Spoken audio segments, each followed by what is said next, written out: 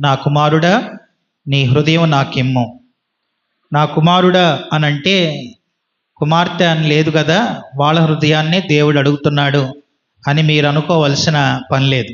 ఎందుకనంటే దేవుడు మన హృదయాలను అడుగుతున్నాడు. నా కుమారుడా, అలాగే నా కుమార్తె, నీ హృదయం నాకిమ్ము అని దేవుడు అడుగుతున్నాడు.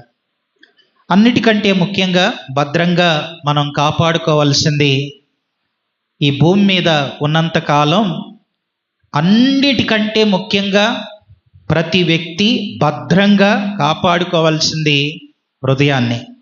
హృదయాన్ని భద్రంగా కాపాడుకుంటే మనం గొప్పవాళ్ళం అవుతాం.